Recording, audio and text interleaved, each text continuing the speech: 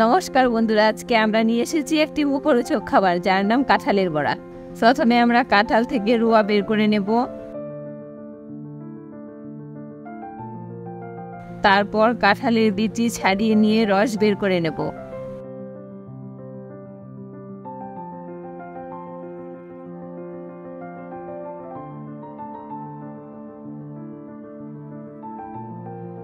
তার মধ্যে একটি পাকা আমের রস ও ভোগ চাল আর নারকেল বাটা দিয়ে দেব।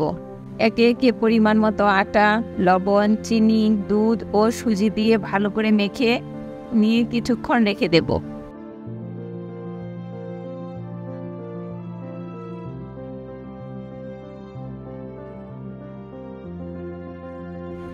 এদিকে কড়াই গরম হয়ে গেলে সাদা তেল দিয়ে দেব।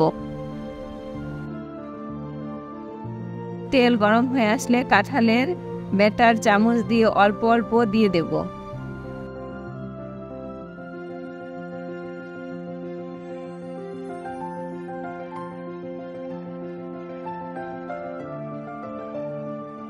এরপর ভাজা হয়ে গেলে বড়াগুলি তুলে নিলেই তৈরি হয়ে যাবে কাঁঠালের বড়া।